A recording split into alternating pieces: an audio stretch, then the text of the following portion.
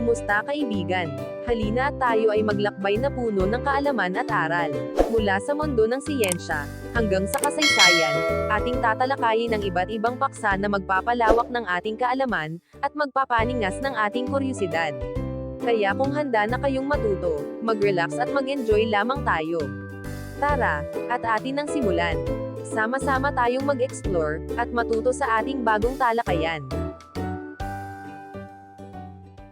Ang League of Nations, pag-asa at pagsubok, sa pandaigdigang kapayapaan. Sa gitna ng mga abo at pighati ng unang digmaang pandaigdig, isang makasaysayang pangarap ang isinilang, ang pagtatag ng isang pandaigdigang samahan, na magiging tagapagtaguyod ng kapayapaan, at hadlang sa muling pagsiklab ng digmaan. Ito ang Liga ng Mga Bansa, ang kauna-unahang organisasyong pandaigdig, na itinatag noong 1920, na naglalayong baguhin ang takbo ng kasaysayan, mula sa hidwaan, tungo sa pagkakaisa. Kasaysayan ng pagkakatatag, ng Liga ng Mga Bansa. Ang unang hakbang, tungo sa pandaigdigang kapayapaan. Konteksto. Ang mundo, pagkatapos ng unang digmaang pandaigdig. Bago itatag ang Liga ng Mga Bansa noong 1920, ang mundo ay nababalot pa rin sa mga sugat at pangamba, mula sa unang digmaang pandaigdig. Ang digmaang ito, na kumitil ng 16 hanggang 20 milyong buhay, na sumira sa mga ekonomiya at lipunan, ay nag-iwan ng malalim na aral. Ang digmaan, ay hindi solusyon. Sa gitna ng paghihinagpis, naging maliwanag sa mga lider ng mundo, kailangan ng isang pandaigdigang sistema, upang maiwasan ang muling pagsiklab ng karahasan. Pagkakatatag ng mga Liga ng Mga Bansa.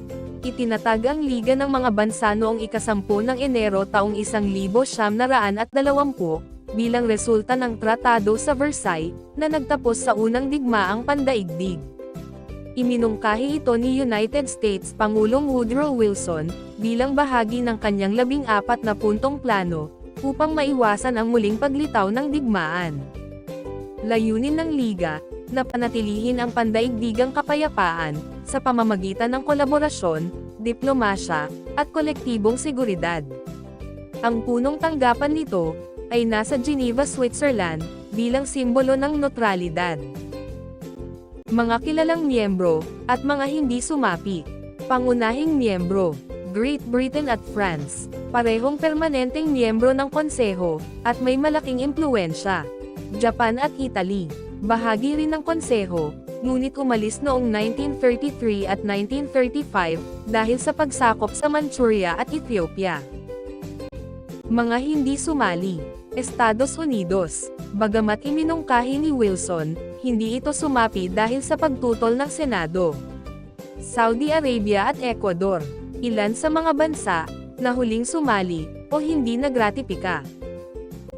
Sa simula ng Liga, ay may 42 miyembrong bansa, kabilang ang mga nagwagi sa digmaan, at ilang natalo. Sa rurok nito noong 1934 hanggang 1935, umabot sa 58 miyembro ang Liga. Ang orihinal na 42 miyembrong bansa, 23 na lamang ang natira dito, hanggang 1946. Ang estruktura, o organisasyon ng Liga ng Mga Bansa. Para maisakatuparan ang mga layunin nito, binuo ang Liga ng Mga Bansa, na may tiyak na estruktura. Ang bawat sangay ay may mahalagang papel, sa pagpapanatili ng kapayapaan at pagtutulungan, sa pagitan ng mga bansa. Narito ang mga pangunahing bahagi ng organisasyon. General Assembly, o pangkalahatang pagpupulong. Ito ang pinakamataas na sangay ng Liga, kung saan nagtitipon ang lahat ng miyembrong bansa. Bawat bansa ay may boto, at maaaring talakayin ang anumang isyu, na may kinalaman sa kapayapaan ng mundo. Tungkulin nito, ang pumili ng mga pansamantalang miyembro ng Council. Tumanggap ng mga bagong miyembro. Magpasa ng mga resolusyon at rekomendasyon. Council, o konseho. Ang Council ang tagapagpaganap na sangay ng Liga. Binubuo ito ng mga permanenteng miyembro, at mga pansamantalang miyembro, na inihalal ng General Assembly. Tungkulin nito, ang tumugon sa mga bansa sa kapayapaan. Magpataw ng mga parusa sa mga bansang lumalabag sa kasunduan. Magrekomenda ng aksyong militar. Sekretariat o kalihim. Ang sekretariat, ang administrasyong sangay ng Liga. Pinamunuan ito ng Secretary General, at responsable sa pagpapatakbo ng pang-araw-araw na gawain ng organisasyon. Tungkulin nito, ang maghanda ng mga dokumento at ulat, para sa General Assembly at Council. Mga siwa sa mga operasyon ng Liga. Panatilihin ang records at archives. Permanent Court of International Justice, o permanenteng hukuman ng pandaigdigang katarungan. Ito ang hudisyal na sangay ng Liga. Matatagpuan ito sa The Hague, Netherlands, at binubuo ng mga hukom mula sa iba't ibang bansa. Tungkulin nito, ang lutisin ang mga legal na alitan sa pagitan ng mga bansa. Magbigay ng mga advisory opinion sa mga isyu ng batas internasyonal. Mga espesyal na komisyon at organisasyon.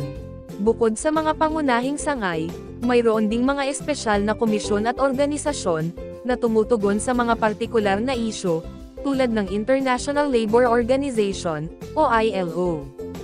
Itinataguyod ang mga karapatan ng mga manggagawa. Health Organization, nakikipaglaban sa mga sakit, at nagtataguyod ng kalusugan sa buong mundo. Mandates Commission, nangangasiwa sa mga teritoryong dating kolonya ng mga natalo na bansa, sa unang digmaang pandaigdig. Mga hamon sa pagbuo, kawalan ng suporta ng malalakas na bansa. Ang pag-urong ng United States, Germany, at USSR noong unang taon, ay nagpahina sa Liga. Pagiging mabagal sa pagdedesisyon. Kailangan ang unanimous vote sa konseho, na nagdulot ng pagkaantala. Limitadong kapangyarihang militar. Umaasa lamang sa mga economic sanctions, at moral na pagkondena ang Liga. Dominasyon ng mga makapangyarihang bansa. Ang impluwensya ng mga permanenteng miyembro ng Council, ay maaaring magdulot ng hindi pagkakapantay-pantay. Bagamat nabigo itong pigilan ang ikalawang digmaang pandaigdig, nagsilbing modelo ang estruktura nito sa United Nations. Ang mga aral mula sa pagkabigo nito, ay nagbigay daan sa mas epektibong sistema ng pandaigdigang seguridad. Ang layunin ng Liga ng mga bansa. Mga mithiin, para sa isang mapayapang mundo.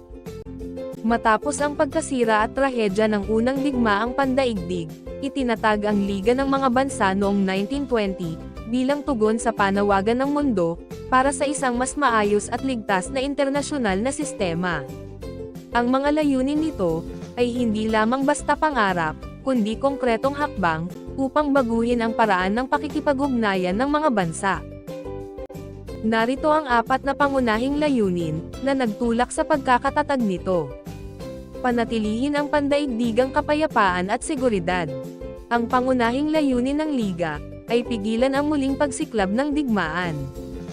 Ginamit nito ang 2 estratehiya. Kolektibong seguridad. Ang mga miyembrong bansa, ay sumang-ayon na tutulungan ang isa't isa laban sa anumang bansang lulusob, sa kapwa miyembro. Pagbabawal ng lihim na alyansa. Itinataguyod ang transparency sa ugnayang pampulitika, upang maiwasan ang biglaang deklarasyon ng digmaan. Itaguyod ang kooperasyon, sa larangan ng lipunan at ekonomiya. Bukod sa seguridad, nagsilbi ang Liga bilang plataporma, para sa pandaigdigang pagtutulungan. Pinangunahan nito ang mga proyektong naglalayong paunlarin ang kalusugan. Sugpuin ang ilegal na kalakalan ng tao at droga. Protektahan ang mga karapatan ng mga manggagawa, sa buong mundo. Resolbahin ang sigalot, sa mapayapang paraan. Upang maiwasan ang dahas, itinatag ng Liga ang mekanismo ng arbitrasyon at diplomasya. Permanent Court of International Justice. Ang unang internasyonal na hukuman, na naglalayong lutisin ang legal na alitan, sa pagitan ng mga bansa.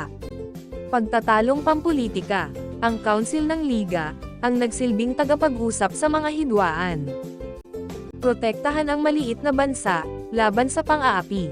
Isang revolusyonaryong layunin ng Liga, ang bigyang boses ang mga maliliit at mahihinang bansa, sa entablado ng internasyonal na politika.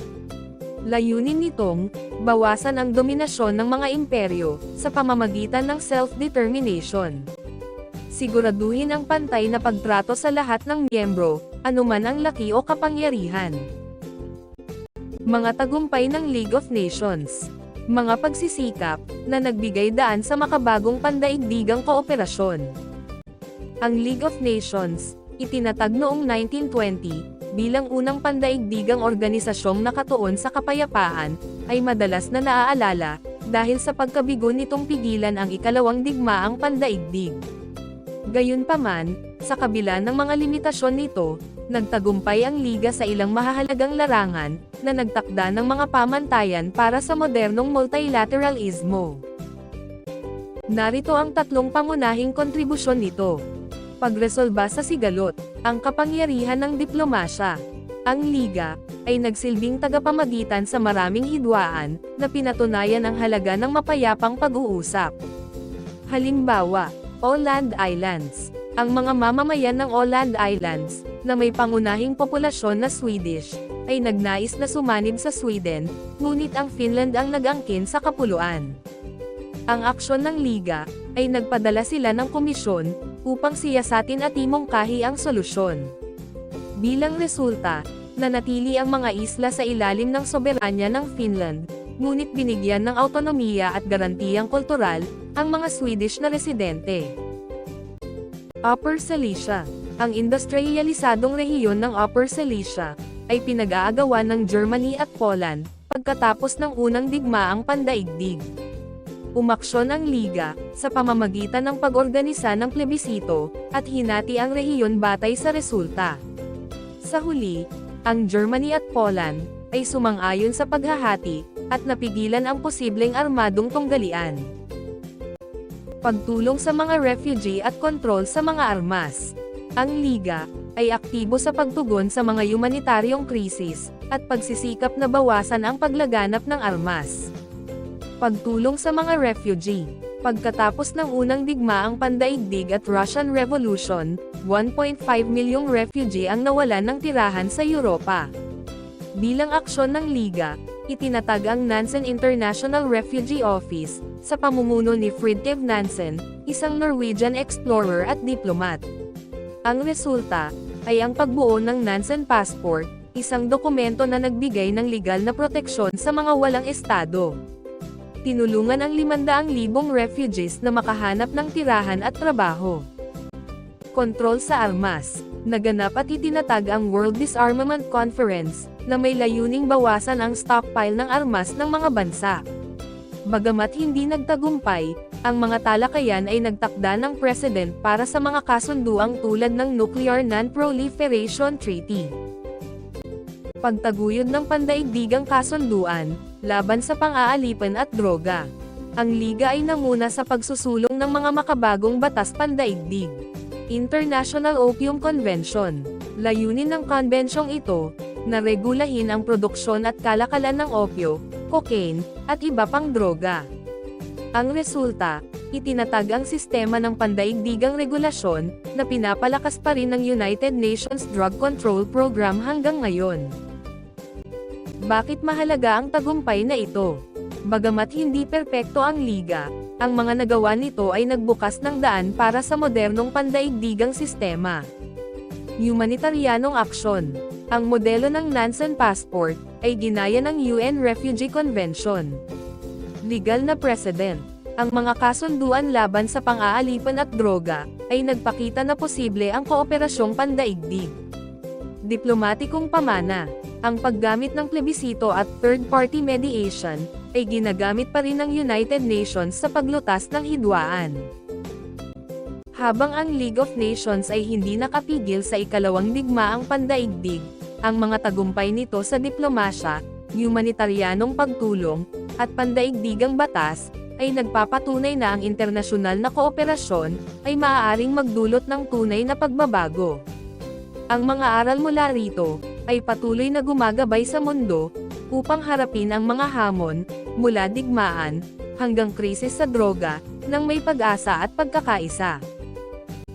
Mga kabiguan ng League of Nations. Bakit nabigo ang unang pandaigdigang tangka sa kapayapaan? Ang League of Nations, bilang unang pandaigdigang organisasyon para sa kapayapaan, ay nagtaguyod ng mga mitiing wakasan ang digmaan, sa pamamagitan ng kooperasyon. Subalit, sa kabila ng magandang hangarin, nabigo itong pigilan ang ikalawang digmaang pandaigdig. Narito ang tatlong pangunahing dahilan ng pagkabigo nito. Kakulangan ng kapangyarihan, na magpatupad ng mga desisyon. Ang liga ay walang sariling hukbo o mekanismo, para pilitin ang mga bansang sumunod sa mga desisyon nito. Umaasa lamang ito sa moral na pressure at mga ekonomikong parusa, na madaling balewalain ng makapangyarihang bansa. Pananakop ng Japan sa Manchuria. Nagpadala ang liga ng komisyon upang magsiyasat, ngunit walang militar na aksyon. Tumanggi ang Japan na sumunod, at tuluyang umalis sa liga noong 1933. Pananakop ng Italy sa Ethiopia. Nagpataw ang liga ng mga ekonomikong parusa, ngunit hindi isinama ang langis sa mga ipinagbawal. Walang suporta mula sa Great Britain at France, nabigo ang parusa, at nasakop ang Ethiopia. Kawalan ng suporta mula sa malalaking bansa. Ang kakulangan ng mga pangunahing bansa sa liga, ay nagpahina sa kredibilidad at kapangyarihan nito. Estados Unidos. Bagamat si Pangulong Woodrow Wilson ang nagpanukala ng liga, tumanggi ang Senado ng United States na sumali noong 1919, dahil sa takot na maipit sa mga dayuhang hidwaan. Dahil dito, ang pag-urong ng United States ay nagpawala ng pondo at impluwensyang pampulitika, na kailangan ng liga. Germany at USSR. Unang hindi kasali ang Germany at USSR. Nang magsimulang lumabag si Hitler sa Treaty of Versailles, tumiwalag ang Germany noong 1933. Samantalang ang USSR ay pinalayas noong 1939, matapos salakayin ang Finland. Pagkabigong pigilan ang ikalawang digmaang pandaigdig. Ang sunod-sunod na pagkabigo ng liga sa pagharap sa agresyon ng Germany, Italy, at Japan, ang direktang nagpasiklab ng ikalawang digmaang pandaigdig. Mga pangunahing krisis, na hindi nasugpo. Anschluss. Walang interbensyon na ginawa ang liga, sa pagsanib ng Germany at Austria.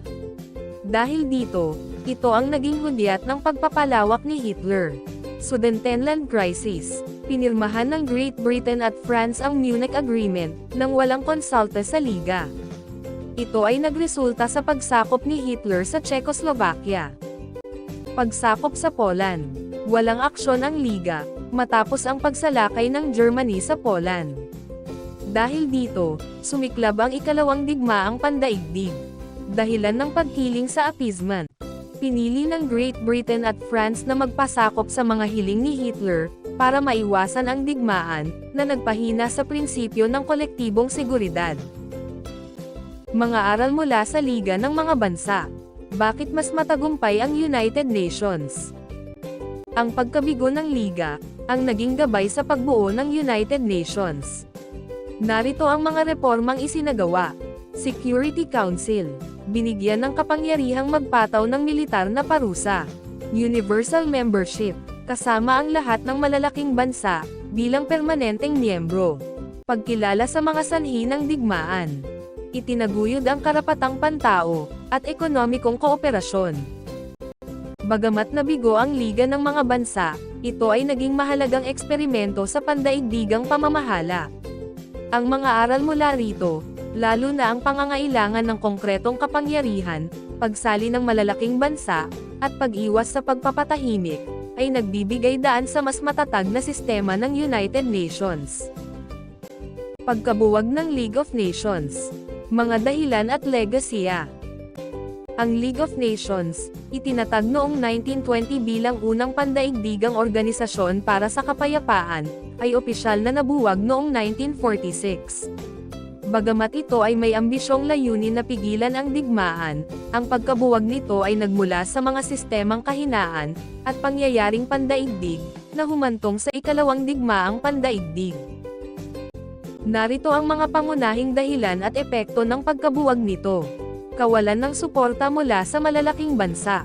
Pag-ayaw ng United States. Kahit na ideya ni Pangulong Woodrow Wilson ang liga, hindi ito sinuportahan ng Senado ng United States, dahil sa takot sa pagkakasangkot sa mga giyera ng Europa. Pag-alis ng Germany, Italy, at Japan.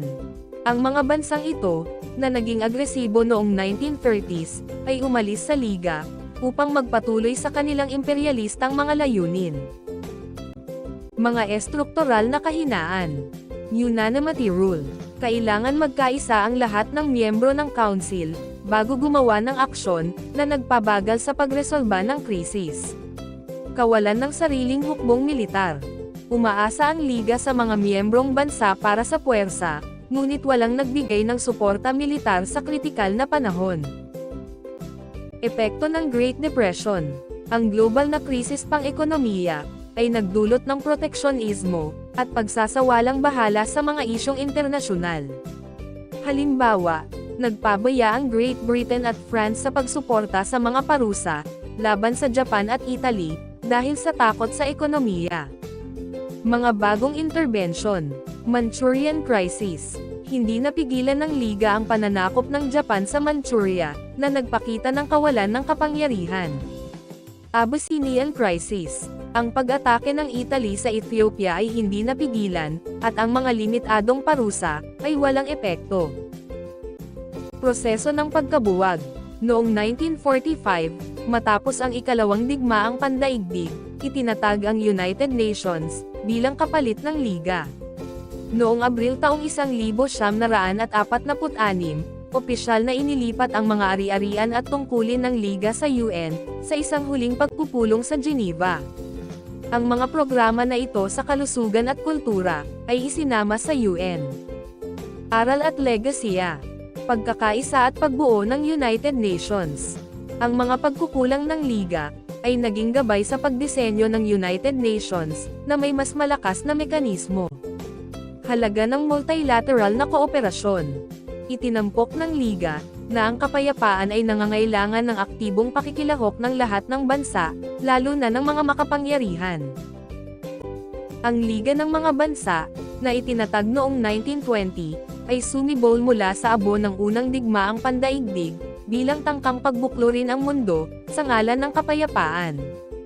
Bagamat naging sandigan ito ng kooperasyong pandaigdig, at nakapag-ayos ng ilang hidwaan, bumigo ito sa paghadlang sa malawakang digmaan. Kulang sa lakas dahil sa kawalan ng suporta ng mga malalakas na bansa, tulad ng United States, at pagkakawatak-watak ng mga miyembro nito, unti-unting nalugmok ang Liga, sa harap ng pagsiklab ng ikalawang digmaang pandaigdig. Sa huli, pinalitan ito ng nagkakaisang bansa o United Nations noong 1946. Ngunit hindi nasayang ang ambag nito. Itinuro ng Liga, na ang daigdig ay nangangailangan ng tapang, pagtutulungan, at patas na hustisya, upang pangalagaan ang kapayapaan. Mga aral na patuloy na nagpapaalab sa diwa ng pagkakaisa at pag-asa, sa isang mas mapayapang mundo. Hanggang sa muli, maraming salamat sa panonood.